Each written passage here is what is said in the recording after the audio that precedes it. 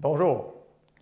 Nous sommes dans la première d'une série d'entrevues, donc c'est l'entrevue d'ouverture faite en collaboration avec l'Institut Jean Garon, dont le sujet global de cette série-là sera la vie dans les aliments.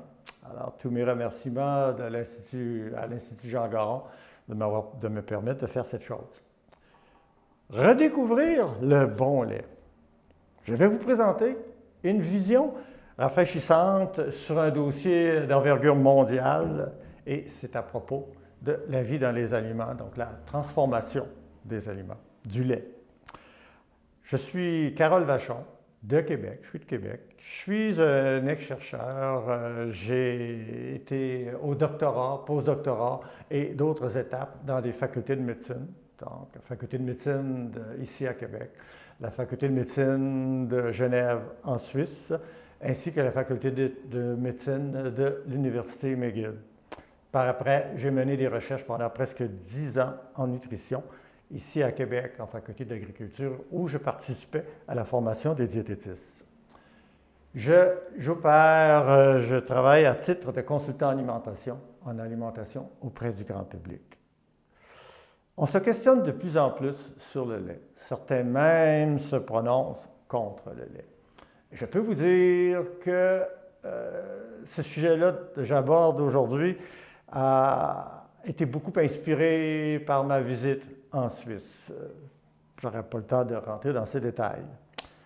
Toutefois, il faut ajouter tout de suite, le lait est au centre de notre vie ici au Québec. Nos ancêtres en ont tous produit. Et après tant de recherches sur le sujet, à partir du sol qui nourrit les vaches jusqu'aux consommateurs qui consomment ce lait, j'en arrive à la conclusion que la décision de consommer du lait a probablement été une des meilleures décisions alimentaires de l'humanité. Regardons-y de plus près. On est en droit de se poser une question. Est-ce que les gens, est-ce qu'ils aiment ceux qui nous obligent à consommer le lait une fois pasteurisé, homogénéisé, écrémé, standardisé, désodorisé et pompé plusieurs fois, chaque pompage dénature le lait, est-ce qu'on peut dire que ces gens aiment le lait? Alors, où est la crème, la vraie crème d'autrefois? Aujourd'hui, les jeunes ne connaissent pas ce qu'était un goût de lait. Oui, on transforme le lait pour enlever des bactéries, des microbes dangereux. Mais la plupart des autres traitements sont faits essentiellement pour des raisons commerciales, pour l'industrie laitière, alimentaire. Tous ces traitements se font au dépend de sa saveur, de la saveur du lait, mais aussi des effets bénéfiques du lait. Et la science démontre ce que je suis en train de vous dire. Vous voyez apparaître là des manuels techniques sur le lait. Pourquoi pas boire un lait qui est plus normal? Quelques producteurs au Québec vendent déjà de ce lait-là, donc qui est moins transformé. C'est-à-dire qu'à la fois, il est légal, mais il a un goût absolument exquis.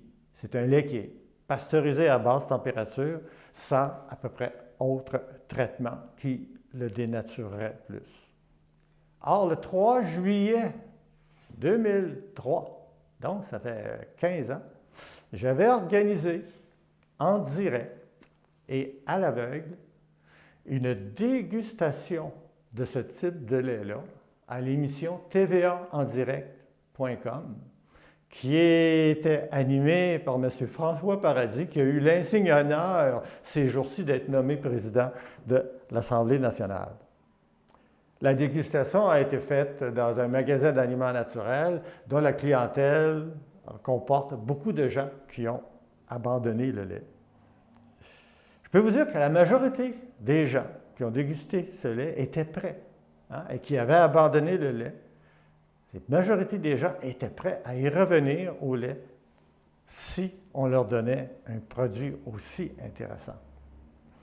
En 2018, donc tout récemment, au mois de mars, lors des 2 expositions Manger Santé hein, qui recrute beaucoup de gens qui ont délaissé le lait, j'avais fait déguster encore ce type de lait, qui est une autre marque.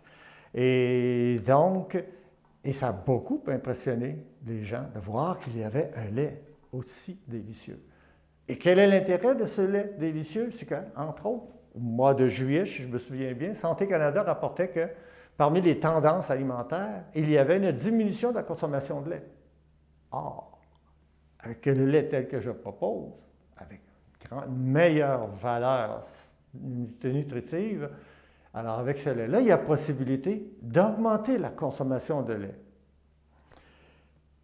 Un indice que le lait a changé.